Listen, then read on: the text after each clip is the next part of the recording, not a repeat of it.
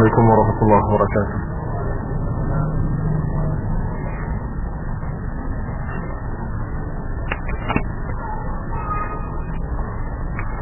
إن الحمد لله نحمده ونستعينه ونستغفره ونعوذ بالله من شرور أنفسنا ومن سيئات أعمالنا. من يهده الله فلا مضل له ومن يضلل فلا هادي له. وأشهد أن لا إله إلا الله وحده لا شريك له. وأشهد أن محمدا عبده ورسوله صلى الله عليه وعلى آله وأصحابه والتابعين وتابع التابعين ومن تبعهم بإحسان إلى يوم الدين. يا أيها الذين آمنوا اتقوا الله حق تقاته ولا تموتن إلا وأنتم مسلمون. يا أيها الناس اتقوا ربكم الذي خلقكم من نفس واحدة وخلق منها زوجها وبث منهما رجالا كثيرا ونساء واتقوا الله الذي تساءلون به والأرحام إن الله كان عليكم رقيبا. يا أيها الذين آمنوا اتقوا الله وقولوا قولا سديدا يصلح لكم أعمالكم ويغفر لكم ذنوبكم ومن يطع الله ورسوله فقد فاز فوزا عظيما. أما بعد فإن خير الحديث كتاب الله وخير الهدي هدي محمد صلى الله عليه وعلى آله وسلم وشر الأمور محدثاتها فإن كل محدثة بدعة وكل بدعة ضلالة وكل ضلالة في النار. Akhwani fi din, a'azakumullah. Kaum muslimin yang saya hormati, kita lanjutkan kajian kitab Ighathatul Lahafan oleh Syekh Al-Imam Ibnu Qayyim rahimahullahu taala sampai kepada bab yang kelima. Fi anna hayatal qalbi wa sihhatahu la tahsul illa bi an yakuna mudrikan lil haqq muridan lahu mu'athiran lahu ala ghairihi. Bab yang kelima adalah bahwasanya kehidupan hati dan kesehatannya tidak akan bisa didapat kecuali dengan mengenali kebenaran, menginginkan kebenaran, dan lebih mementingkan kebenaran di atas yang lainnya. Maka yang namanya kehidupan hati yang sudah dijelaskan pada bab-bab sebelumnya, demikian pula kesehatan hati yang juga sudah dijelaskan, jika diwujudkan kalau kita mengenali al-haq, kemudian menginginkan al-haq, dan kemudian lebih mementingkan al-haq. Kata Ibnu Qayyim rahimahullah bahwasanya fil qalbi quwwatan, bahwa di hati itu memiliki dua kekuatan, quwwatul ilmi wa tamyiz wa quwwatul iradah wal hubb. Bahwasanya hati memiliki dua sisi kekuatan, kekuatan dalam membedakan dan kekuatan dalam menginginkan dan menyukai. Karena kamaluhu wa salahuhu bi isti'mali hataini al-quwwatayn fima yanfa'uh. Maka kesempurnaan hati adalah dengan kesempurnaan dua kekuatan tadi, dengan menggunakan kekuatan tamyiz dan menggunakan kekuatan iradah untuk sesuatu yang bermanfaat bagi dirinya. Kekuatan tamyiz yakni memahami dan mengetahui sehingga bisa membedakan mana yang yanfa'uhu dan mana yang yadurruhu, mana yang bermanfaat bagi dirinya dan apa yang bermanfaat bagi dirinya. Kekuatan tamyiz. Kemudian setelah tahu mana yang hak mana yang batil, maka harus punya kekuatan yang kedua, yaitu keinginan, kekuatan iradah, kesukaan kepada kebenaran. Wa ya'udu 'alaihi bi salahihi wa sa'adatihi. Maka kalau orang tadi mengenali kebenaran dan menginginkan kebenaran, maka niscaya dia akan mendapatkan kebaikan hatinya dan kebahagiaan hatinya. Fatamalu bi isti'mal quwwatil 'ilmi fi idratil haqq. Maka kesempurnaan hati adalah dengan menggunakan ilmu atau pengenalan terhadap kebenaran, kemudian membedakannya dari yang batil, dan kemudian menggunakan keinginannya menggunakan kesukaannya dan kecintaannya kepada al-haq, fi talab al-haq, dalam mencari kebenaran, wa mahabbatuhu izaruhu 'ala al-batil, dan yang namanya suka atau cinta mementingkannya di atas yang lain. Ada sebagian manusia yang memiliki kekuatan pendengaran, tahu dia mana yang hak mana yang batil, tetapi sayang dia tidak memiliki keinginan, sehingga dia tahu ini hak, tapi dia tidak mau.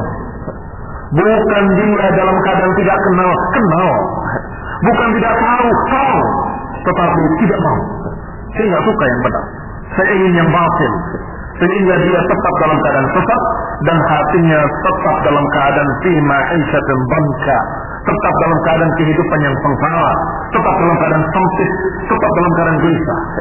Sebaliknya, ada yang memiliki kekuatan keinginan, dia punya keinginan untuk mencari kebenaran atau keinginan untuk mengerjakan yang hak, tetapi sayang tidak memiliki kuwatan ilmu, tidak memiliki kekuatan ilmu, sehingga dia tidak tahu mana yang hak mana yang batil, sehingga yang batil dikira kebenaran dan dia suka kebenaran, dia ambil kebenaran itu padahal bukan kebenaran.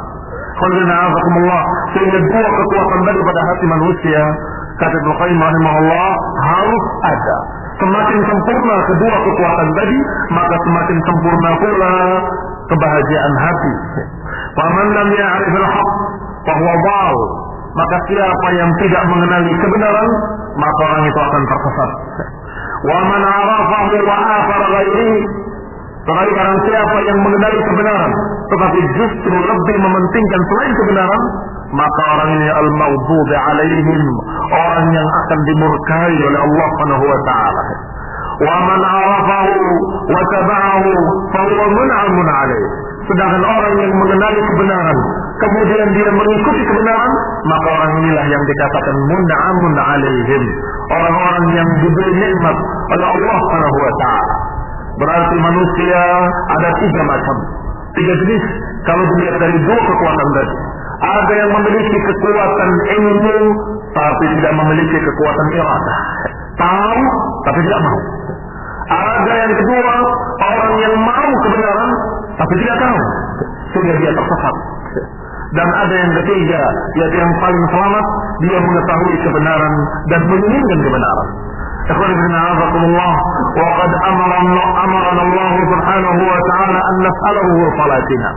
Dan Allah subhanahu wa ta'ala telah memerintahkan kita untuk memintanya kepada Allah jalan yang terakhir tadi, jalannya orang-orang yang mengetahui kebenaran dan menginginkan kebenaran.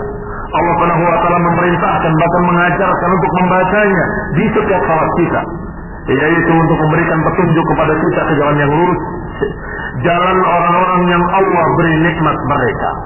Ketika kita berdoa dalam surat Al-Fatihah, ihdinas siratal mustaqim, siratal ladzina an'amta 'alaihim ghairil maghdubi 'alaihim waladdallin. Allah ajarkan kalimat, ya Allah berilah petunjuk kami ke jalan orang-orang yang Engkau beri nikmat mereka. Berilah petunjuk kami ke jalan mereka orang-orang yang mun'am 'alaihim, orang-orang yang mendapatkan nikmat. Bukan jalannya orang-orang yang dimurkai, bukan pula jalannya orang-orang yang sesat. Jalannya orang-orang yang dimurkai adalah mereka yang tahu kebenaran tapi tidak punya keinginan untuk mengikuti kebenaran. Seperti orang-orang Yahudi yang mereka mengerti kebenaran tetapi mereka enggan untuk mengikuti kebenaran. Waladdallin, dan juga jangan jalannya orang-orang sesat, ya Allah. Orang-orang sesat adalah orang-orang yang mengetahui, orang-orang yang tidak mengetahui kebenaran. Dia ingin mengikuti kebenaran tapi saya tidak punya ilmunya, sehingga mereka tersesat karena kebodohannya, seperti kaum Nasrani. Orang-orang yang dalam keadaan menginginkan kebenaran, ingin membela Nabi Isa, tetapi dengan kebodohan mereka justru jatuh ke dalam sesuatu yang mengerikan, yaitu keyakinan bahwa Allah memiliki anak. Ikhwan fillah azakumullah, dikatakan Yahud sebagai golongan al-maghdubi alaihim, dan dikatakan Nasara sebagai contoh ahlul jahl, ummat jahlin, orang-orang bodoh. Wal Yahud akhaffu bil ghadab, sedangkan orang-orang Yahud lebih khusus, ciri khasnya adalah pada kemurkaan Allah Subhanahu wa taala pada mereka. Ghadiballahu alaihi, wa la'anahum, Allah murka pada mereka dan Allah melaknat mereka. Dan Allah Subhanahu wa taala menyatakan tentang Yahud, "Tsumma qasat qulubuhum fa hiya kal hijarah." Kemudian keras hati mereka seperti batu, bahkan lebih keras lagi. Dan juga dikatakan laknat atas Yahud ala lisan Daud. Bahwa Yahud laknat melalui lisannya Nabi Allah Subhanahu wa taala. Ikhwan fillah, a'azakumullah wa muslimin yang saya hormati. ولهذا كان النصارى أخص بالضلال واليهود أخص بالغضب لأنهم أمة عناد وهذه الأمة هم المنعم عليهم.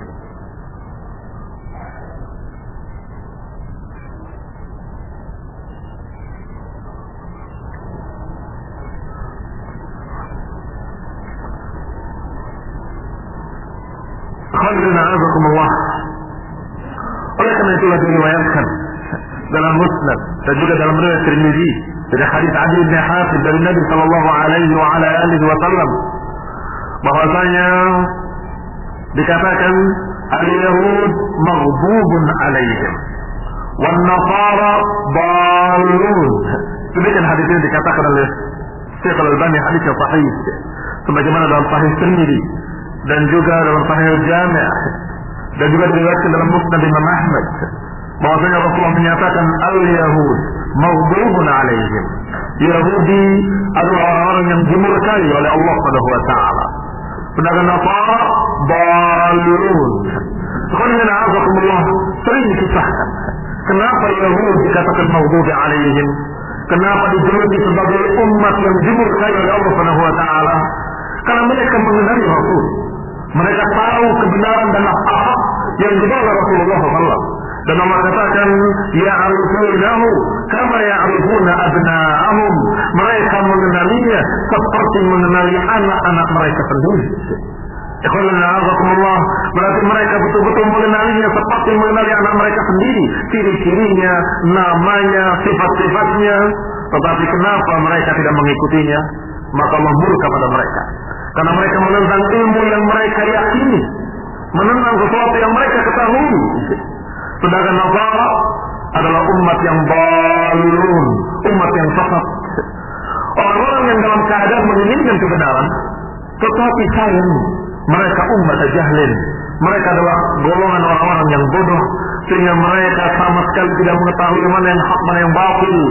Ketika mereka ingin membela Isa alaihissalam, ingin membelanya dari tuduhan Yahudi bahwa Isa bukan anak zina, Isa adalah anak yang suci dan Maryam adalah wanita yang suci, sehingga mereka ingin menjawab kenapa Isa lahir tanpa bapak. Berpikir, kemudian mereka menjawab tidak bisa, bahwa Isa bukan anak zina, Isa yang suci dari ibu yang suci, maka bapaknya adalah yang maha suci, kata mereka. Subhanallah ya mayaqulun, maha suci Allah dari apa yang mereka katakan. Mereka ingin membela Isa, tapi justru mencerca Allah Subhanahu wa taala. Kaburat kalimatan takhruju min afwahihim, sungguh sangat besar kalimat yang keluar dari mulut-mulut mereka. Ini yaquluna illa kadhiba, sungguh yang mereka ucapkan tidak lain kecuali dusta. Takadu samawati yatafattarna minhu wa tanshaqqu al-ardu wa takhru al-jibalu hadda an da'u lir-rahmani walada. Hampir-hampir langit pecah, hampir-hampir bumi terbelah dan gunung-gunung itu runtuh ketika mereka menyatakan Ar-Rahman memiliki anak. Ketika mereka menyatakan bahwa Allah yang Maha Rahman memiliki anak, berarti kalimat yang besar terucap dari mulut-mulut Nasrani ketika mereka ingin membela Isa bin Maryam. Tujuan mereka bagus, tujuan mereka baik, tetapi sayang keadaan mereka justru mencerca Allah dan kufur. Laqad kafara alladziina qalu anna Allaha thalithu thalatha. Sungguh telah kafir mereka yang mengatakan bahwa Allah salah satu dari yang tiga. Sebagaimana ucapan mereka, Tuhan Bapa, Tuhan Anak, Tuhan Ibu. Dikatakan oleh Allah, laqad kafara alladziina qalu anna Allaha thalithu thalatha. Sungguh telah kafir dengan lam taukid, dengan qad, sungguh telah kafir mereka yang menyatakan bahwa Allah satu dari yang tiga. Ikhwan fillah, a'azakumullah, apa kesalahan Yahudi sehingga mereka dilaknat, dimurkai oleh Allah? memiliki ilmu tapi tidak mengikuti ilmu. Apa kesalahan Nasara sehingga menjadi bal? Mereka ingin kebenaran, ingin membela Nabi, tapi sayang tidak punya ilmu. Maka yang selamat adalah jalan tengah di antara keduanya, yaitu orang-orang yang mengetahui ilmunya dan juga orang-orang yang mengikuti ilmu tersebut. Tahu dia mana yang hak dan juga ingin dia mengikuti kebenaran. Mereka lah yang dikatakan alladzina an'amta alaihim, orang-orang yang Kau beri nikmat ya Allah.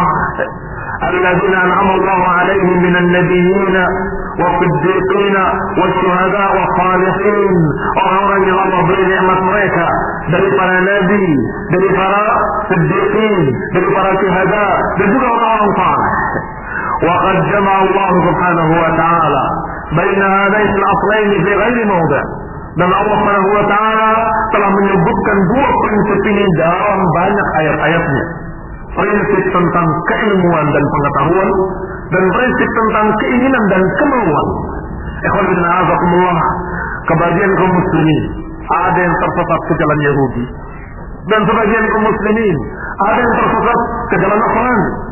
yakni modelnya model Yahudi dan sebagian lagi modelnya model Nasrani. Karena memang Rasulullah SAW telah menyatakan, la tattabi'unna sanana man kana qablakum, sungguh kalian akan mengikuti kebiasaan-kebiasaan orang sebelum kalian, sejengkal demi sejengkal, sahasta demi sahasta, hatta law dakhalu juhra rabbin la dakhaltuhu, walaupun mereka nanti memasuki lubang biawak, niscaya kalian pun akan mengikutinya. Maka dalam riwayat, kalaupun di kalangan mereka ada yang menzinai ibunya sendiri, niscaya di antara kalian ada yang mengikutinya. Ketika ditanyakan oleh para sahabat, ya Rasulullah, siapa yang dimaksud orang-orang sebelum kita? Al-Yahudi dan Nasara, apakah Yahudi dan Nasrani? Maka Rasulullah menjawab, Haman, siapa lagi kalau bukan mereka?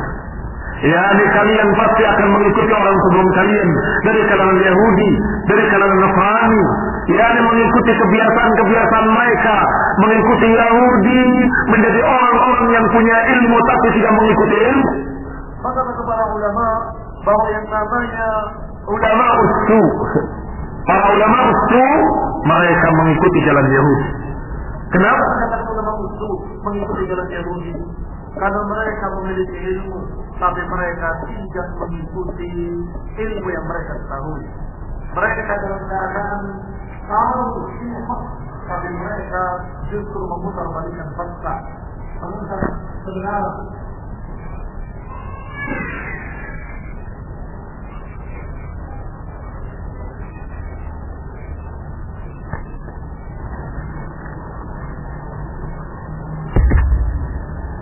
Khairina'azakumullah, kaum muslimin yang saya hormati, dikatakan oleh Allah Subhanahu wa taala di dalam beberapa ayat Al-Qur'an, wa idza sa'alaka 'ibadi 'anni fa inni qarib ujibu da'wata ad-da'i idza da'an falyastajibu li wa yu'minu bi la'allahum yarshudun.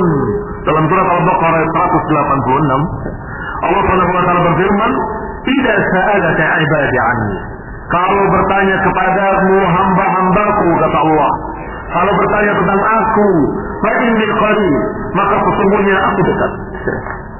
Ujibu da'watad da'i, aku akan mengabulkan permintaan mereka yang meminta kepadaku, yang berdoa kepadaku.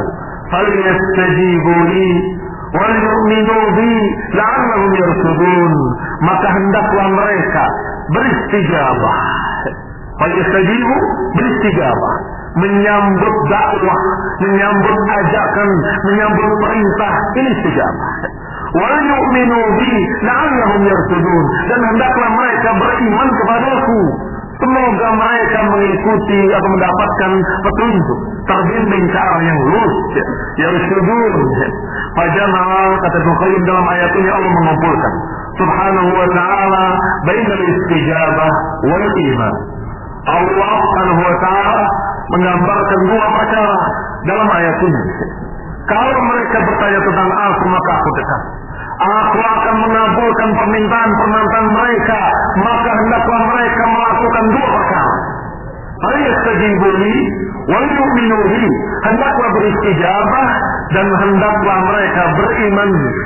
Al-istijabah, menyambut apa yang Allah perintahkan, menyambut apa yang Allah syariatkan. Ini semangat dan keinginan untuk melaksanakan apa yang Allah perintahkan. Wa yu'minu bi, dan berimanlah kepadaku, percayalah kepadaku, yakni mengenali Allah Subhanahu wa taala dengan sifat-sifatnya, dengan nama-namanya yang mulia, dengan uluhiyah dan rububiyahnya, sehingga dia kenal dan kemudian membuktikan apa yang dia kenali.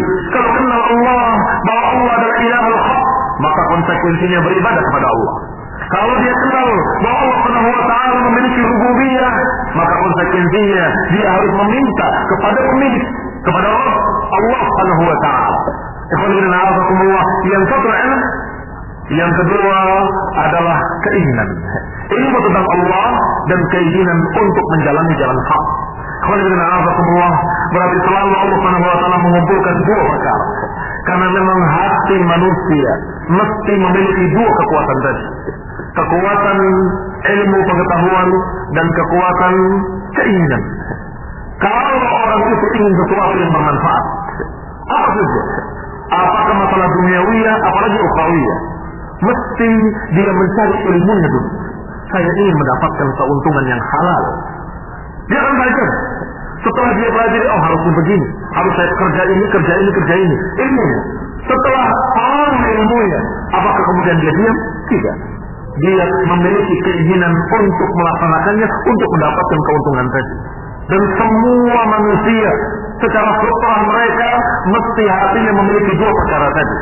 Satu, ingin mengetahui apa yang bermanfaat baginya. Kedua, ingin mendapatkan apa yang bermanfaat baginya.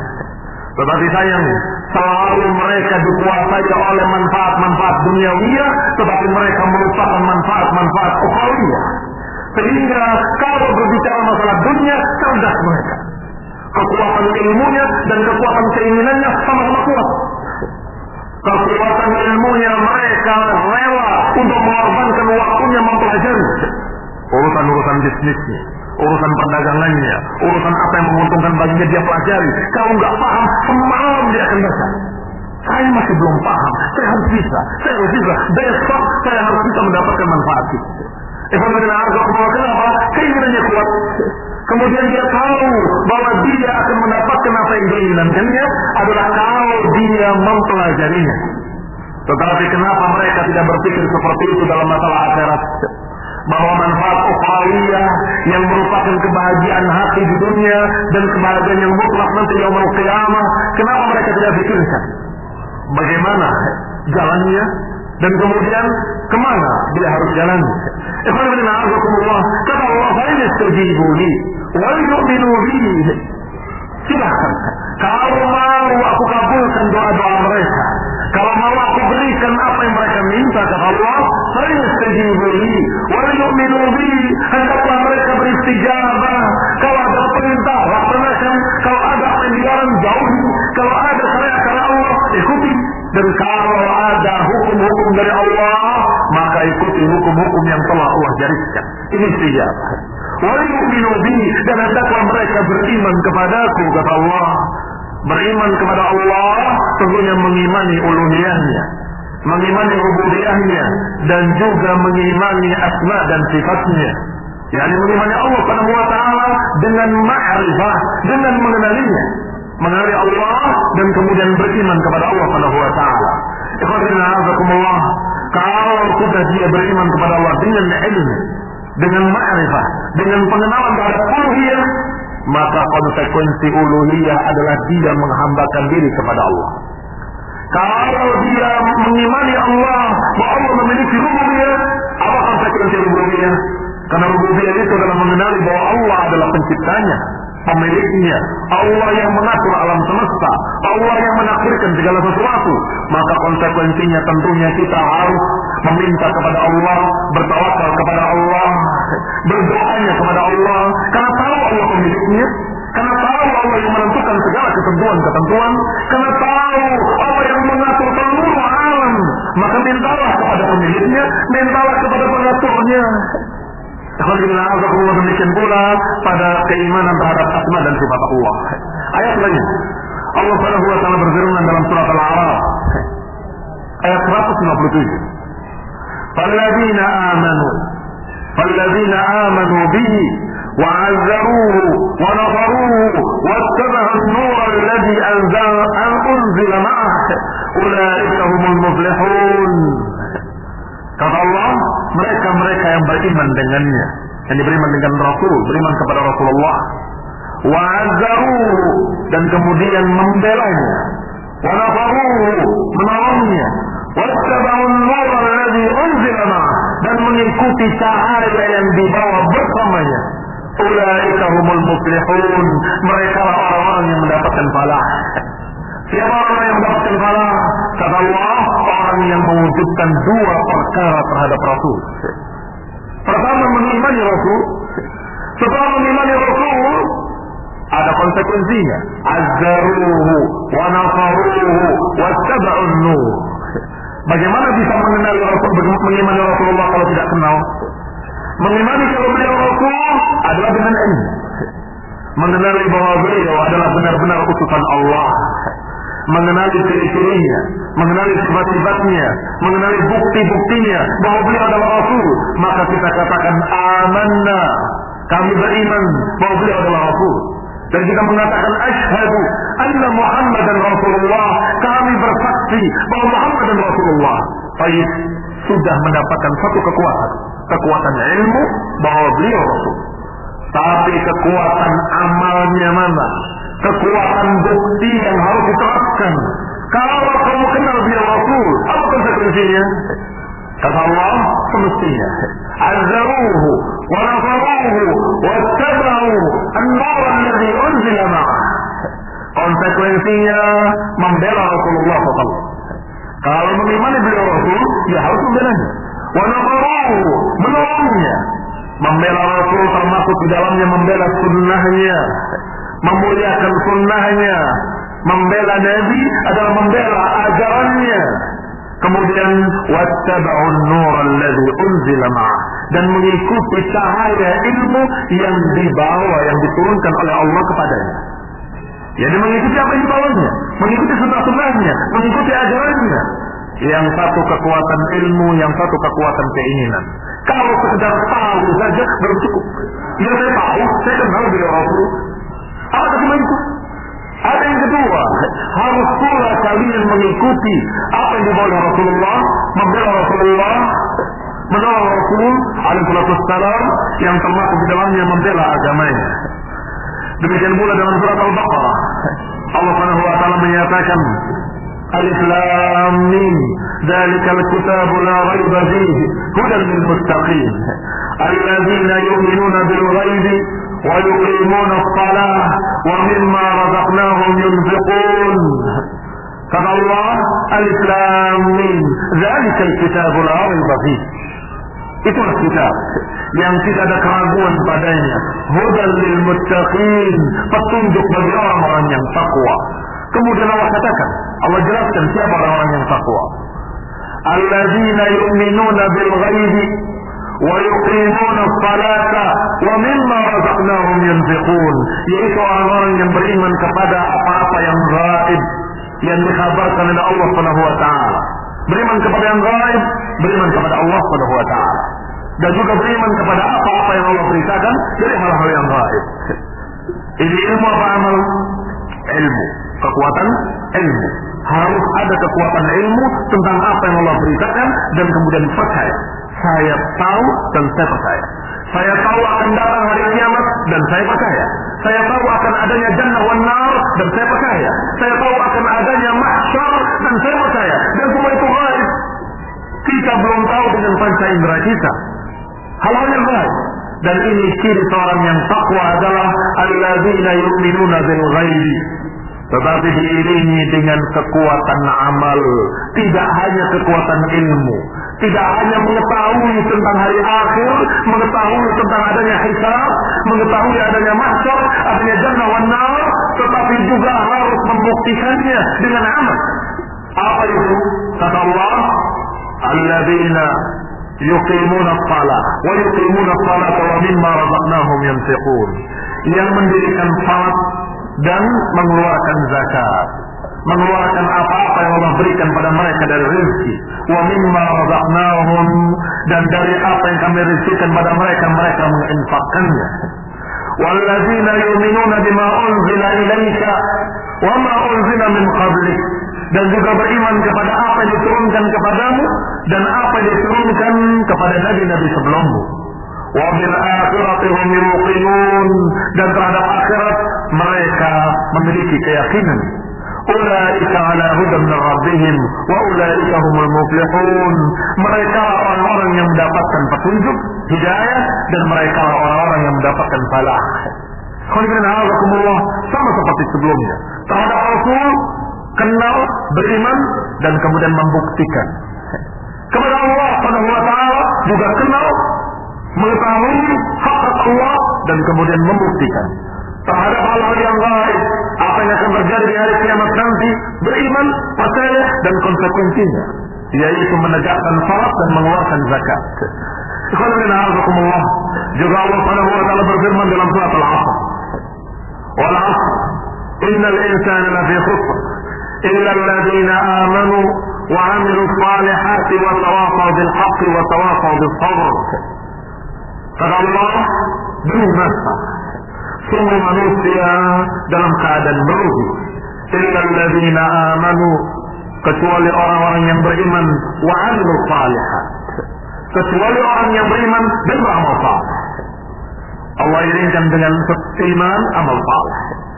Amanu wa 'amilus saleh wa tawasaw bil haqqi wa tawasaw bis sabr, dan saling menasihati dengan kebenaran dan saling menasihati dengan kesabaran. Kata Bukhari rahimahullah, fa'aqsama subhanahu wa ta'ala bid-dahri alladhi huwa zamanul a'mal ar-rabihah wal khasirah. Allah Subhanahu wa ta'ala bersumpah demi waktu, dan bagi Allah boleh bersumpah dengan apapun sekehendaknya, sedangkan kita manusia wajib bersumpah dengan nama Allah. Dan Allah Subhanahu wa ta'ala bersumpah dengan waktu, karena waktu itulah kesempatan untuk beramal, kesempatan untuk mengerjakan amalan. Apakah amalan itu menguntungkan kalian atau amalan itu merugikan kalian?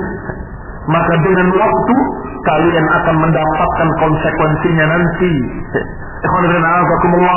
Yani setiap orang bima kasabat rahina, setiap orang dengan apa yang telah dikerjakannya nanti bertanggung jawab di hadapan Allah Subhanahu wa taala. Maka ketika dia mengisi waktu di dunia yang Allah berikan kepadanya, dia bertanggung jawab nantinya apa yang dia kerjakan dalam waktu yang Allah berikan. Maka waktu ini sangat penting. Kasih illam taqta'hu qata'ah. Kalau kamu tidak sempat atau menyia-nyiakan waktu tadi, tidak mengisinya dengan amalan yang saleh, maka niscaya waktu itu akan mencekik kamu, akan membinasakan kamu. Karena waktu itu akan ditanya oleh Allah Subhanahu wa taala nanti yaumul qiyamah. Yani la yazul qadama 'abdin yaumul qiyamah, enggak akan bergeser kaki seseorang yaumul qiyamah kecuali akan ditanya dengan 5 pertanyaan.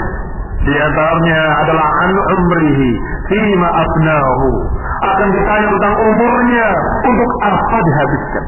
Sehingga kalau dia sia-siakan, dia buang, apalagi diamalkan dengan amalan-amalan yang batil, maka dia bertanggung jawab di hadapan Allah Subhanahu wa taala, dan dia dalam keadaan menghadapi apa dari konsekuensi amalan yang dia kerjakan. Ikhwanan a'azakumullah, maka Allah bersumpah dengan waktu, demi waktu, kata Allah, demi zaman. Sesungguhnya manusia akan merugi seluruhnya kecuali mereka yang beriman dan beramal saleh. Berarti yang dikecualikan hanya orang-orang yang memiliki 2 kekuatan tadi yang kita bahas dalam bab ini. Kecuali mereka yang memiliki kekuatan ilmu dan kekuatan amal. Alladzina amanu, orang-orang yang beriman dengan apa? Tentunya beriman dengan sesuatu yang dia ketahui dari Quran dan Sunnah. Yani beriman dengan berita-berita dari Allah, beriman kepada Allah, beriman kepada Rasulnya, beriman kepada malaikat-malaikatnya, beriman kepada berita-berita yang Allah beritakan dan apa yang diberitakan oleh Rasulullah sallallahu alaihi wa ala alihi wasallam. Aman. Maka iman harus dengan ilmu. Tidak mungkin ada orang yang mengatakan saya percaya. Percaya apa? Kamu ngerti? Tahu atau tidak tahu? Saya tidak tahu. Lalu lantas yang kamu percaya ini apa? Ini yang namanya iman ilmu. Kenal kemudian percaya. Kenal Allah kemudian percaya. Kenal Rasul kemudian percaya. Kalau dia menyatakan saya percaya, tapi saya tidak tahu.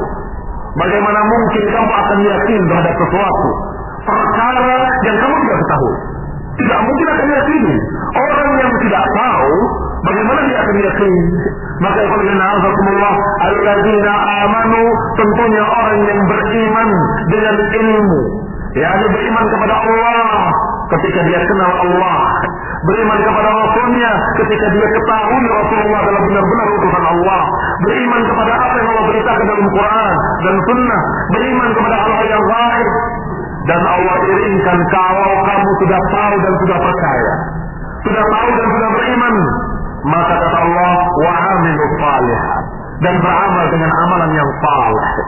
Kalau tahu saja tapi dia tidak membuktikannya, maka seperti yang tahu ilmunya tapi tidak mengamalkan, tidak mengerjakan konsekuensinya, maka dikatakan oleh Allah dengan dua perkara, alladzina amanu wa amilus shalihat. Dan dalam sekian ayat dalam Al-Quran, bukan hanya satu ayat ini, sekian ayat ketika Allah mengatakan amanu, mesti diiringi dengan kalimat wa amilus shalihat. Amanu wa amilus shalihat. Amanu wa amilus shalihat. Karena ini adalah keilmuan, ini adalah perkara amal. Sehingga Ibnu Qayyim rahimahullah membagi tauhid dari sisi lain menjadi dua yang kita kenal dan sering kita pelajari. Tauhid ada tiga, tauhid uluhiyah, rububiyah, dan asma dan sifat. Tetapi Ibnu Qayyim rahimahullah menyatakan tauhid ada dua. Pertama tauhidul ilmi wal qadari, dan yang kedua tauhidul qasd. Tauhid al-talab wal qasd. Apa bedanya yang pertama dengan yang kedua? Karena Ibnu Qayyim melihatnya dari sisi konsekuensinya.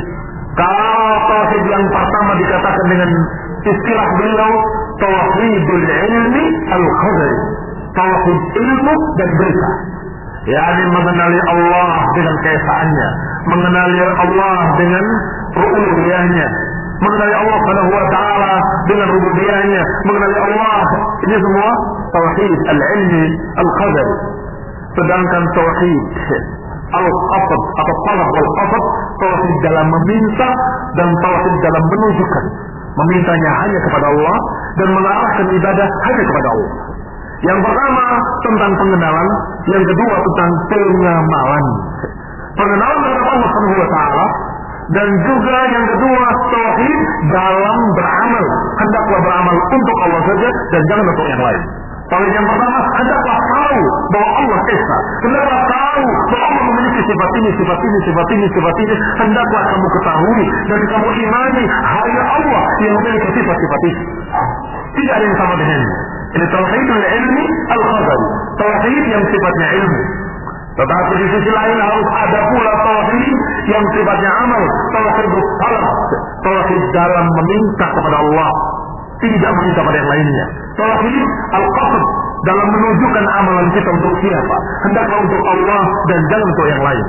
Maka Allah selalu dalam sekian ayat Allah menyebutkan dua perkara, al-ilm dan al-amal, pengetahuan, pengenalan dan juga pengamalan.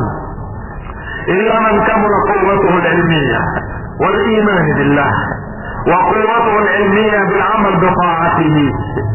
Dan yang dikecualikan dari kerugian oleh Allah Subhanahu wa taala hanya alladzina amanu wa amalus shalihat, orang-orang yang sempurna keilmuannya dan keimanannya kepada Allah, dan orang-orang yang sempurna pengamalannya dan penerapannya dalam mentaati Allah.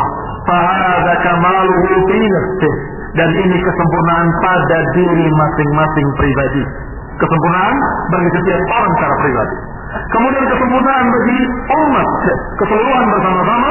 Tsumma kammala ghairahu biwasiyatihi, hendaklah saling menasehati, hendaklah saling mewasiatkan dengan ketaatan, dengan kebenaran. Wa amara iyyahu bihi, dan juga untuk mendapatkan semua itu disebutkan untuk tawasi bis sabr, untuk saling menasehati dengan kesabaran. Fakammala bi nafsihi bil ilmi an-nafi' wal 'amal salih, maka menyempurnakan dirinya dengan ilmu dan amal saleh. menyempurnakan yang lainnya dengan menasihati. Dan untuk mampu mengerjakan semua itu, hendaklah dihadapi dengan kesabaran. Setiap orang yang ingin mengamalkan apa yang Allah perintahkan pasti akan mendapatkan ujian, mendapatkan tantangan, mendapatkan berbagai macam kesulitan-kesulitan. Maka diperintahkan oleh Allah untuk saling mewasatkan juga dengan kesabaran. Walihada qala Syafi'i, oleh karena itu Imam Syafi'i menyatakan, lau fakkara an-nas fi suratil 'asr, kalau saja manusia mau berzikir tentang surat Al-'Asr ini, maka lakafathum, maka itu cukup buat mereka. Wa hadha ma'na fil Qur'an fi mawadhi' katsirah, dan makna-makna yang demikian dalam Al-Quran sangat banyak. Yukhbiru subhanahu wa ta'ala anna ala sa'adah hum alladhina 'arafu al-haqqa wattaba'uh.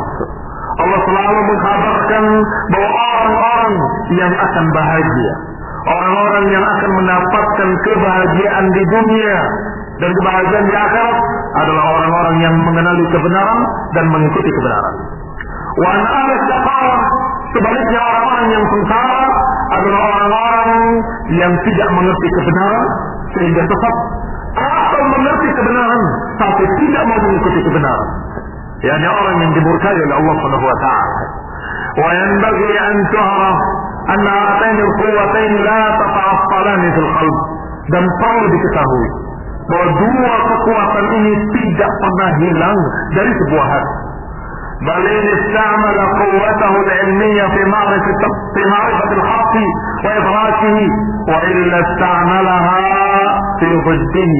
Perhatikan, dua kekuatan ini kata Ibnu Qayyim pada hati tidak pernah akan hilang. Barang siapa yang menggunakannya pada kebaikan ini, barang siapa yang tidak menggunakan pada kebaikan, maka dia akan menggunakannya pada yang lain. Karena kekuatan itu terus ada. Semangat untuk mendapat manfaat dan semangat untuk mengetahui mana yang manfaat. Ini Allah, setiap hati manusia, kecuali orang-orang yang gila, orang yang majnun, orang yang masih sangat pikirannya, dia punya kekuatan ini.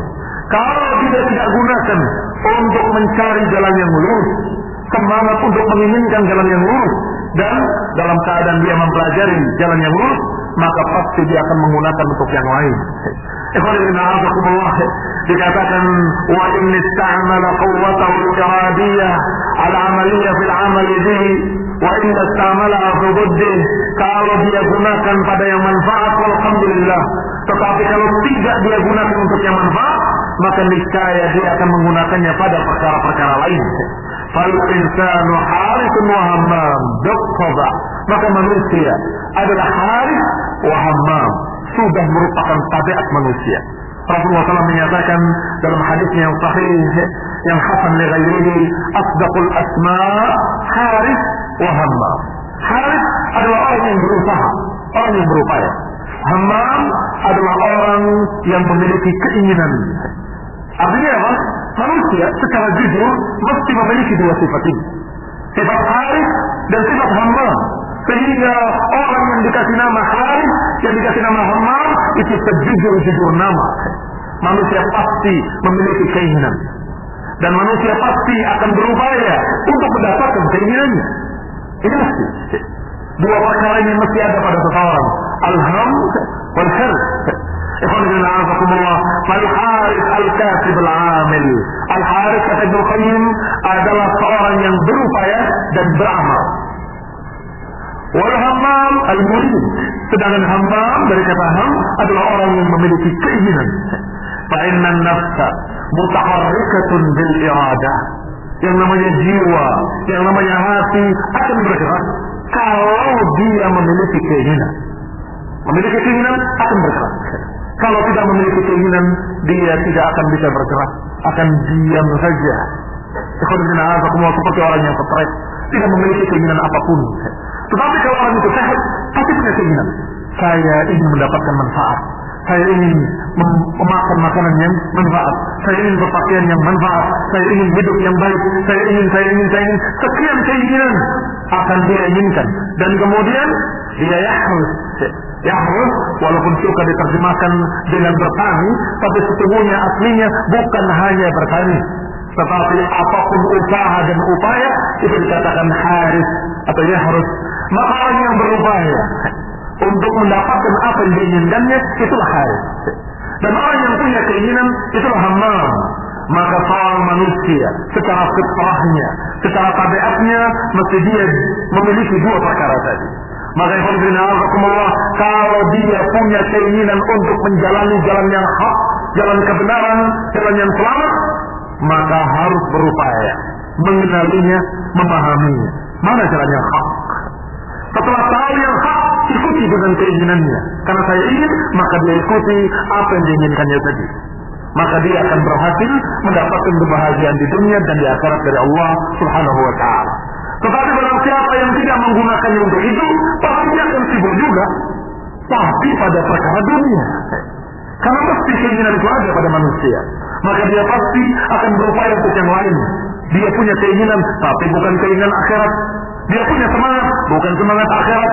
Dia punya pengetahuan, bukan pengetahuan tentang apa jalan yang selamat, tapi pengetahuan tentang apa yang bisa mengenyangkan perutnya, apa yang bisa memperbaiki dirinya di dunia, apa yang bisa mendapatkan keuntungan untuk membuat rumahnya, membuat fasilitasnya. Seluruhnya dipikirkan oleh dia, dipelajari, dan kemudian dicari jalannya, berupaya, berusaha. Tetap kekuatan itu ada, tetapi penggunaannya sungguh sangat rendah. Hanya menggunakan untuk satu sisi dari sisi yang sangat rendahnya, yaitu dunia. Padahal sisi lain yang merupakan akhirat adalah sisi yang sangat besar dan dominan. Kalau kehidupan di dunia ini sementara, sedangkan kehidupan akhirat kekal selama-lamanya. Kalau kehidupan di dunia sebentar, di akhirat sungguh sangat lamanya. Sehari di akhirat 50.000 tahun hari kalian. Dan juga kenikmatan di dunia adalah sangat terbatas, sedangkan kenikmatan di akhirat sangat tingginya, sangat mulianya. Kenapa? Lebih memikirkan perkara yang sementara, yang sangat terbatas, tetapi melupakan perkara yang sangat panjang, yang sangat kekal dan sangat tinggi, yaitu akhirat kelak. وقال رحمه الله والإرادة تستلزم مرادا يكون متصورا لها. Dan seorang yang memiliki keinginan, maka konsekuensinya pasti dia menggambarkan apa yang diinginkannya, dan dia menggambarkan jalan untuk mendapatkan apa yang diinginkannya. Mutamayyizan indaha, dan dia harus pula membedakan mana yang manfaat buat dia dan mana yang tidak bermanfaat. Fa in lam tatasawwar al-haq, maka kalau tidak tergambar kebenaran di benaknya, wa tatlubuhu wa turiduhu tasawwurat al-batil wa qalabatuhu. Kalau tidak tergambar kebenaran, maka akan tergambar kejelekan, akan tergambar kebatilan. Orang yang tidak kenal kebenaran, pasti dia akan mengenali kebatilan. Karena hati demikian, dalam keadaan tidak pernah dia kosong, selalu akan ada ham wal harf, atau selalu akan ada dua kekuatan, kekuatan pengetahuan dan kekuatan keinginan. Kalau tidak diisi yang baik, maka akan diisi yang jelek. Kalau tidak diisi dengan ilmu yang hak, akan diisi ilmu yang batil. Kalau tidak diisi keinginan kepada hak, maka diisi keinginan kepada yang batil. Wa hadza yatabayyan bil bab alladhi ba'dahu, maka akan jelas nanti pada bab yang setelahnya, yaitu bab la sa'adata lil qalb wala ladzata wala na'im wala taha illa bi an yakuna Allah huwa ilahuhu wa fatiruh. Bab berikutnya adalah bahwa tidak akan ada kebahagiaan di hati, kelezatan, kenikmatan, kebaikan, kecuali kalau dia mengenali Allah Subhanahu wa ta'ala sebagai ilahnya, sebagai yang menciptakannya satu-satunya, dan sebagai sesembahannya yang tidak ada ilah kecuali dia, yang dia harapkan, yang dia cintai. Kalau tidak dengan ini semua, maka tidak akan ada kebahagiaan hati. Ini membuktikan apa yang kita bicarakan tadi. Kalau kita tidak kenal ini, maka dikira yang namanya membahagiakan hati adalah hiburan-hiburan. Dikira yang akan membahagiakan hati, menenteramkan jiwa adalah berbagai macam hiburan-hiburan haram. Ternyata itu sama sekali tidak membawa kepada kebahagiaan, tidak membawa kepada ketentraman, tetapi menambah kegelisahan. Ketika dia sibuk dengan hiburan tadi, tidak terasa kegelisahannya. Ketika berakhir, mulai datang kegelisahan tadi, datang ketakutan tadi, datang berbagai macam perasaan-perasaan yang sungguh tidak membahagiakan dia, tapi justru menjadikan hatinya sempit. Sesungguhnya ilmu yang harus diketahui sebagai kaum muslimin, kaum mukminin harus tahu bahwa yang namanya kebahagiaan hati tidak mungkin bisa didapat kecuali dengan mengenali Allah dan mengetahui bahwa Allah adalah satu-satunya al-ma'bud yang harus kita cintai, yang harus kita muliakan, yang harus kita ibadahi. Tidak kita beribadah kecuali kepada Allah, tidak kita berdoa kecuali kepada Allah. Baru akan bahagia hati.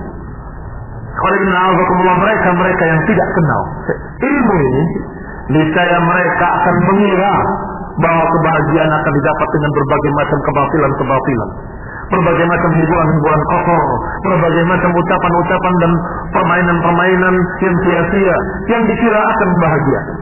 Tetapi ternyata justru sama sekali tidak membawa kebahagiaan. Kalau ilmunya sudah salah, bagaimana dengan keinginannya nanti? Kalau dia punya keinginan dalam keadaan ilmunya salah, maka tetap saja dia akan berjalan di jalan yang salah. Apalagi orang-orang yang tidak memiliki keinginan untuk berjalan di jalan yang hak. Qala ma'lumun anna kulla hayyin siwa Allah subhanahu wa ta'ala min malakin aw insin aw jinnin aw hayawan fa huwa faqirun ila jalbi ma yanfa'uhu wa daf'i ma yadurruh. Sudah maklum, sudah diketahui bersama bahwa seluruh makhluk yang hidup selain Allah Subhanahu wa taala, apakah malaikat, manusia, jin ataupun hayawan, pasti butuh kepada sesuatu yang bermanfaat untuk dirinya. Pasti butuh kepada sesuatu yang akan memberikan manfaat. Dan pasti pula mereka akan mempelajari untuk mendapatkan apa yang manfaat tadi. Dan juga sebaliknya, pasti setiap makhluk hayawan sekalipun pasti akan menghindari yang mudarat. Dan mereka akan bisa menghindari yang mudarat kalau mereka tahu mana yang akan memberikan mudarat. Cepat, 4 perkara. Kebaikan yang bermanfaat dan bagaimana cara mendapatkannya. Kejelekan yang berbahaya dan bagaimana menghindarinya. Sehingga setiap makhluk apapun, kalau tidak memiliki 4 perkara ini, pasti akan binasa. Mesti akan binasa dia. Ketika lahir dari ibunya dalam keadaan dia tidak bisa mencari makan yang bermanfaat untuk dirinya, tidak lama kemudian mati hewan itu. Kenapa? Dia tidak bisa menghidupi dirinya, tidak bisa mencari makan. Atau dia bisa mencari makan, berarti 2 perkara sudah punya, tahu mana yang bisa dimakan dan bagaimana mencarinya, tetapi tidak punya cara perlindungan terhadap dirinya, sehingga sebentar kemudian dia mati dengan serangan-serangan dari musuh-musuhnya. Sehingga setiap binatang Allah ciptakan demikian. Secara nalurinya mereka mencari yang baik buat dirinya dan mereka berupaya untuk membela dirinya dari yang mudarat. Apakah dengan tanduknya atau dengan taringnya atau dengan apapun, bagaimana melindungi dirinya. Sekarang kalau manusia dalam keadaan memiliki 4 perkara tadi, sekarang kita jauh lebih ke depan lagi. Bukan hanya manfaat-manfaat jasmani, bukan hanya perkara-perkara yang membuat mudarat jasmani, itu sudah hampir paham semua secara naluri. Seperti binatang ternak secara naluri paham, butuh makan, butuh minum, butuh pakaian, otomatis akan mencari kebaikan untuk dirinya dan akan menghindari yang jelek untuk dirinya. Jangan, ini akan membuat kamu sakit. Jangan, kamu nanti akan begini, kamu akan begitu. Karena maaf. Tetapi sekarang bicara apa yang lebih jauh dari itu. Kebahagiaan yang hakiki, yaitu kebahagiaan hati. Tapi kemana kita harus mencari? Dan kemana kita harus menghindari? Sebaliknya, menghindari yang mudarat. Dikatakan oleh Ibnu Qayyim rahimahullah, pertanyaan pertama dijawab, tidak akan bisa mendapatkan kebahagiaan di hati kecuali dengan Allah. Dari Allah, dengan bantuan Allah. Caranya bagaimana? Dengan meminta kepada Allah. Dengan meminta kepada Allah Subhanahu wa taala. Lalu sekarang kejelekan-kejelekan dan mudarat-mudaratnya dari mana terjadi? Dari takdir Allah Subhanahu wa taala. Bagaimana menghindarinya? Menghindarinya dengan berlindung kepada Allah Subhanahu wa taala. Maka jawaban dari 4 pertanyaan tadi semuanya dijawab Allah Subhanahu wa taala. Kebaikan akan diberikan dari Allah, kejelekan ditakdirkan dari Allah Subhanahu wa taala.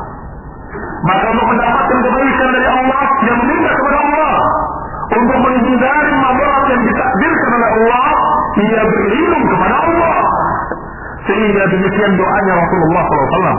Beliau berdoa, a'udzu biridhaka min sakhatik, wa a'udzu bimu'afatika min 'uqubatik, wa a'udzu bika minka. Perhatikan hadis ini. Hadis yang dikeluarkan oleh Muslim dalam sahihnya, bahwa Rasulullah SAW berdoa, a'udzu biridhaka, aku berlindung dengan keridhaan-Mu ya Allah dari kemurkaan-Mu. Aku berlindung dengan maaf-Mu dari kemurkaan-Mu, dan aku berlindung dari-Mu kepada Kamu. A'udzu bika minka, dan ini lafzul hadis yang sahih. Sehingga ini doa bukan doa yang salah, doa yang hak dari Rasulullah SAW. Kenapa kita berlindung dari Allah? Yakni berlindung dari azab yang Allah takdirkan, berlindung dari azab yang Allah khususkan, dan tidak mungkin berlindung dari azab Allah kecuali kepada Allah. Maka betul-betul manusia sangat bergantung kepada Allah Subhanahu wa taala. Kebaikan-kebaikannya dari Allah, madarat-madaratnya dengan takdir dari Allah. Maka berdoa kepada Allah dan berlindunglah kepada Allah. Berarti hati yang akan merasakan kebahagiaan yang hakiki adalah hati yang mengenali 4 perkara ini. yakni mengenali Allah Subhanahu wa taala sebagai yang memberikan kebaikan-kebaikan. Maka mintalah kepada Allah dan mengimani pula bahwa Allah pula yang menakdirkan segala kejelekan-kejelekan. Maka berlindunglah kepada Allah Subhanahu wa taala.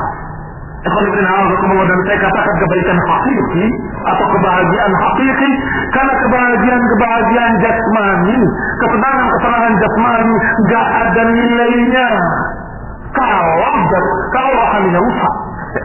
Gak ada nilainya kalau rohaninya dan hatinya rusak. Untuk apa badan yang sehat? Untuk apa badan yang sehat dan kuat kalau hati dalam keadaan rusak, dalam keadaan gila misalnya, dalam keadaan stres, rohaninya dalam keadaan dia betul-betul rendah? Apa manfaatnya? Orang gila nyari makan, ya kan? Orang yang gila kelewat di tengah-tengah jalan, di pinggir-pinggir jalan, apakah mereka nggak nyari makan? Nyari makan mereka. Tetapi sayang, hati mereka telah rusak, akalnya telah rusak, secara rohani telah rusak. Maka jasmani yang sehat tidak ada manfaat apapun. Dan semua orang, semua manusia merasa jijik, merasa rendah. Kasihan dia ya, gila. Kenapa tidak kamu jawab? Hati kan sehat. Tapi kan kuat dia, Masya Allah. Ya bukan sehat saja yang saya perlukan, bukan kekuatan saja yang kami perlukan. Kami ingin sehat pula rohani. Ini kecerdasan, Masya Allah. Berarti butuh kesehatan rohani. Kalau butuh kesehatan rohani, maka bukan dengan makan dan minum. Kesehatan rohani dengan mempelajari Quran dan Sunnah. Kesehatan rohani dengan mempelajari apa kata Allah, apa kata Rasul, dengan beribadah kepada Allah, dengan mencintai Allah, dengan menanamkan di jiwa kita tauhid. Mengenali bahwa tidak akan ada yang bisa kita dapatkan dari kebaikan kecuali dari Allah, dan juga meyakini dalam hatinya bahwa tidak ada kejelekan-kejelekan yang bisa kita hindari kecuali dengan bantuan Allah Subhanahu wa taala. Sehingga orang itu akan memiliki akidah yang kuat, yang kokoh, dan semakin kenal Allah semakin sehat hatinya. Semakin kenal Allah semakin kuat rohaninya, semakin sehat walafiat dan semakin bahagia. Bukti lain bahwa kebahagiaan hati adalah kebahagiaan yang hakiki. Bukti lainnya, lihat mereka yang makanan lezat punya, rumah yang mewah punya, dan segala macam fasilitas yang mewah dia punya. Mau apapun tinggal minta, dalam keadaan dia memiliki anak buah sekian banyaknya. Tetapi dalam keadaan hatinya sedang gundah gulana, hatinya sedang gelisah. Apa yang terjadi padanya kira-kira? Apakah dia bisa makan dengan lezat? Sungguh dia nggak akan bisa makan dengan lezat, nggak akan bisa minum dengan nikmat, nggak akan bisa tidur dengan nyenyak. Berarti apa faedahnya? Apa faedahnya semua itu tadi? Apa faedahnya makanan yang mewah? Apa faedahnya tempat tidur yang mewah kalau hatinya hatinya dalam keadaan gelisah, dalam keadaan stres, dia nggak bisa menikmati tempat tidurnya, nggak bisa menikmati makan dan minumnya, nggak bisa menikmati semua yang dimilikinya. Dan itu sudah diucapkan oleh mereka dalam syair-syair mereka, dalam dendana nyanyian mereka.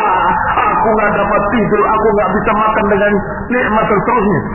Bukti kalau memang hati itu lebih utama, hati lebih utama. Maka kata Muqayyim rahimahullah bahwa kebahagiaan hakiki ada dalam hati, dan hati nggak akan bisa tentram kecuali dengan Allah. Ala dzikrillah tatma'innul qulub. Ketahuilah hanya dengan zikir kepada Allah, hanya dengan mengingat Allah, hati akan menjadi tentram. Hanya dengan mengingat Allah Subhanahu wa taala, kebesarannya, kekuasaannya, uluhiyahnya, rububiyahnya, maka hati akan menjadi tentram. Tetapi tidak kenal Allah, tidak kenal rububiyahnya, tidak kenal uluhiyahnya, hati akan terus gelisah. Sama problemnya dua orang ini, sama yang dihadapinya, sama kesulitannya. Yang satu sudah gelisah setengah mati, yang satu tentram. Kenapa? Padahal problemnya pasti sama, padahal keberatan ujiannya juga sama. Yang satu punya tawakal, yang satu nggak punya. Yang tenang-tentram adalah yang tawakal pada Allah Subhanahu wa taala. Tapi kenapa dia tawakal pada Allah? Karena kenal Allah Subhanahu wa taala, bahwa Allah lah yang menakdirkan. La tahzan, inna Allah ma'ana. Jangan sedih, jangan takut, kenapa kau la tahzan? Inna Allah ma'ana, sesungguhnya Allah bersama kita. Maka orang-orang yang gelisah tadi ini, subhanallah si fulan, kok tenang banget. Padahal ini sama-sama problem yang dihadapinya. Mereka gelisah, orang ini tenang dan tenteram. Dan mengatakan, inni tawakkaltu ala Allah, Rabbi wa Rabbikum. Aku tawakal pada Allah, aku bergantung kepada Allah, Rabbku, dan kalian juga. Iya, betul. Rabb dia dan Rabb mereka juga. Tetapi sayang, dia kenal Allah sehingga dia bertawakal, yang lain kurang kenal. Atau kalau kenal pun lupa kepada Allah, sehingga saya nggak punya ini, saya nggak punya itu. Terombang-ambing di tengah lautan, dalam keadaan semua berpikir mana kayu yang bisa dipakai, mana sesuatu yang bisa dipakai untuk menyelamatkan diri. Semua berpikir secara dunianya. Dan orang ini dalam keadaan menyatakan sabar, sebentar, nanti akan ada demikian. Sehingga dia berupaya, bukan tidak berupaya, tapi tenang. Tidak seperti mereka yang tergopoh-gopoh, tergesa-gesa, tetapi dia dalam keadaan menyatakan tawakal kepada Allah, Rabbi wa Rabbikum. Belum terjadi, baru sudah gambaran di hadapan perhitungan manusia. Ini kayaknya akan terjadi begini, sudah gelap sekali di depan. Semua sudah gelisah. Orang ini menyatakan, inni tawakkaltu ala Allah. Ya Allah, aku bertawakal padamu, aku bergantung padamu. Sungguh tidak ada yang bisa aku minta saat ini kecuali Engkau. Maka orang ini paling tenang di antara seluruh penumpang kapal tadi. Paling tenang hatinya dan tidak bisa dibeli dengan harta. Kalau saja orang-orang kafir mengetahui betapa tentramnya orang-orang yang beriman, niscaya mereka akan membeli ketentraman tadi dengan harta kalau bisa. Kalau bisa dibeli, mereka akan beli dengan seluruh apa yang mereka punya. Akan dibeli dengan seluruh apa yang mereka punyai dari harta dunia.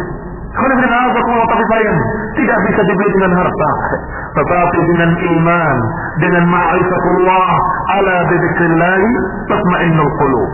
Doa lain Rasulullah SAW, beliau menyatakan, Allahumma inni aslamtu nafsi ilaik, wa wajjahtu wajhi ilaik, wa fawwadtu amri ilaik, wa raja'tu dhahri ilaik, raghbatan wa rahbatan ilaik, la malja'a wa la manja minka illa ilaik. Ini juga dengan doa yang sebelumnya. Ketika Rasulullah SAW mengajarkan kepada kita ketika akan berbaring atau ketika berbaring, maka ucapkanlah, ya Allah, inni aslamtu nafsi ilaik. Ya Allah, aku serahkan diriku kepadamu. Wa wajjahtu wajhi ilaik, dan aku hadapkan wajahku kepadamu. Wa fawwadtu amri ilaik, dan aku pasrahkan urusanku kepadamu. Wa alja'tu dhahri ilaik, dan aku sandarkan punggungku kepadamu. Raghbatan wa rahbatan ilaik, karena rasa harap dan karena rasa takut kepadamu. Kemudian dikatakan la malja wala manja minka illa ilaih. Tidak ada jalan menghindar, tidak ada jalan selamat darimu kecuali kepadamu. Lihat, berakhir dengan kalimat yang sama seperti tadi. Kalau doa yang tadi a'udzu bika minka, aku berlindung darimu kepadamu. Sedangkan doa yang kedua dikatakan la malja wala manja minka illa ilaih. Tidak ada jalan selamat, tidak ada jalan menghindar darimu kecuali kepadamu. Allah berarti harus diakini dua sisi. Yang paling nikmat adalah apa yang Allah berikan dari kenikmatan dalam hati, dan yang paling mengerikan adalah azab yang Allah berikan dan Allah timpakan di dalam hati. Dua-duanya dari Allah Subhanahu wa taala. Maka harapkanlah kepada Allah kebahagiaan dan berlindunglah kepada Allah dari azabnya, dari kesengsaraan yang Allah takdirkan. Alhamdulillah, berarti jawaban dari 4 pertanyaan tadi semuanya kembali kepada Allah. Kebaikannya dari Allah, jalannya pun dengan meminta pada Allah. Kejelekan yang dihindari juga apa yang Allah takdirkan, maka jalannya pun berlindung kepada Allah. Alhamdulillah, sehingga dikatakan dalam Al-Quran, dalam surat yang kita bahas tadi tentang Al-Fatihah, sebelum kalimat ihdinas shiratal mustaqim diajarkan untuk menyatakan prinsipnya, iyyaka na'budu wa iyyaka nasta'in. Prinsip seorang mukmin, iyyaka na'budu wa iyyaka nasta'in. Kepadamulah kami beribadah dan kepadamulah kami meminta pertolongan. Lihat dua yang disebut. Kenapa? Karena dua sisi. Pertama, ibadahnya harus diikhlaskan untuk Allah satu-satunya, dan niatkanlah sungguh-sungguh untuk beribadah hanya untuk Allah dan jangan untuk yang lain. Tetapi apa setiap orang mampu, apa setiap orang bisa, jangan GR, jangan selalu pede. La haula wala quwwata illa billah.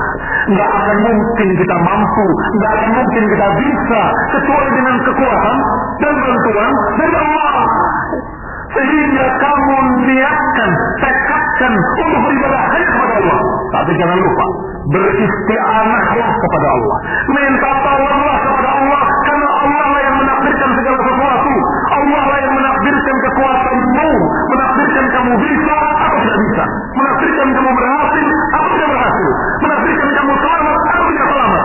Sehingga ketika kamu sudah bertekad ingin beribadah, jangan lupa, kamu jangan terlalu percaya hanya dengan kekuatanmu, tetapi mintalah kepada Allah, karena Allah lah yang memiliki kekuatan, karena Allah lah yang menakdirkan. Maka kita ikrarkan dengan dua ikrar, iyyaka na'budu wa iyyaka nasta'in. Ya Allah, kepadamu kami beribadah dan kepadamu pula kami meminta pertolongan, meminta bantuan dalam beribadah kepadamu. Ibadahnya kepada Allah dan meminta bantuan untuk beribadah tadi juga kepada Allah Subhanahu wa ta'ala. Fal awal makna uluhiyatihi wa tsani makna rububiyyatihi. Dua doa tadi atau dua ikrar tadi, iyyaka na'budu dan iyyaka nasta'in. Yang pertama, iyyaka na'budu itu makna uluhiyah, sedangkan iyyaka nasta'in makna rububiyyah. Kalau mengimani uluhiyah, bahwa Allah la ilaha satu-satunya yang hak, maka hendaklah kita beribadah hanya kepada Allah. Iyyaka na'budu. Tetapi jangan lupa, kita meyakini pula bahwa Allah Rabb kulli syai'. Allah Rabb kulli syai', penguasa segala sesuatu, yang memilikinya, yang menakdirkannya, yang menentukannya. Maka kamu pun ditentukan oleh Allah. Jangan-jangan kamu ditakdirkan yang jelek-jelek, mengerikan. Hati-hati, doa kepada Allah, mintalah, akuilah bahwa Dia Rabb kamu, maka beristi'anahlah, meminta bantuan pada Allah lah, meminta pertolongan kepada Allah agar kamu berhasil, agar kamu mendapatkan taufik, keinginan untuk baik dan kemampuan untuk berbuat baik. Kalau cocok, itulah yang dikatakan taufik. Itulah yang dikatakan taufik.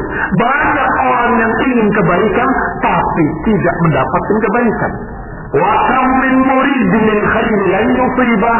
Kata Ibnu Mas'ud, betapa banyak orang yang ingin baik tapi salah. Ahli bidah, ketika mereka mengerjakan kebid'ahan dan kesalahan. Apakah niat mereka jelek? Niat mereka baik. niatnya ingin mengerjakan kebaikan, tetapi wa kam min muridin lil khairin la yusibah. Tetapi betapa banyak orang yang ingin kebaikan tapi salah, ingin kebaikan tapi keliru, ingin dia menjalani jalan kebaikan tetapi dia tersesat. Banyak. Demikian pula ada orang yang ingin mengerjakan kebaikan tapi gagal, tidak berhasil, tidak mampu.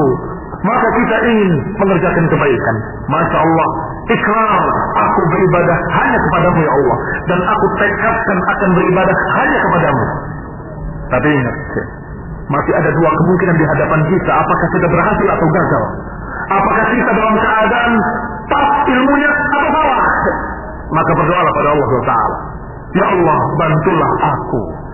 Ya Allah, tolonglah aku untuk bisa beribadah kepadamu. Yani as'aluka khasyataka. Ya Allah, aku meminta agar aku bisa takut kepadamu. Takut itu kan dari kita, tapi mintanya pada Allah Subhanahu wa taala. Karena meyakini rububiyah Allah, karena meyakini Allah lah Rabb kulli syai, dan Rabb yang memiliki kita, menafsirkan kita, maka sehingga kita minta pada Allah, ya Allah, as'aluka khasyataka. Aku meminta rasa takut kepadamu agar aku bisa takut kepadamu. Bil-ghaib wa syahadah, di kesendirian ataupun di hadapan umum. Dan aku meminta kepadamu ya Allah kalimatul haqqi fil ghadabi war ridha. Aku meminta kepadamu kalimat yang hak dalam keadaan marah ataupun dalam keadaan ridha. Kalimatnya tetap hak. Meminta kepada Allah, kita ingin untuk meniti yang hak, selalu ucapan kita hak dalam keadaan apapun, dalam keadaan emosi ataupun dalam keadaan ridha. Ingin kalimat-kalimat kita hak, tetapi tanpa bantuan Allah tidak bisa. Tanpa pertolongan Allah tidak mungkin. Sehingga mintalah kepada Allah, as'aluka kalimatul haqqi fil ghadabi war ridha. Ini juga doa Rasul alaihi salatu wassalam. Maka kalau 4 perkara tadi ada dalam hati seseorang dan semuanya dia kenal bahwa itu dari Allah Subhanahu wa taala, maka orang itu akan merasakan kebahagiaan yang hakiki di dalam hatinya. Wallahu taala alam. Nasallahu taufiq wal afiyah. Subhanakallahumma bihamdika asyhadu an la ilaha illa anta astaghfiruka wa atubu ilaik. Wassalamu alaikum warahmatullahi wabarakatuh.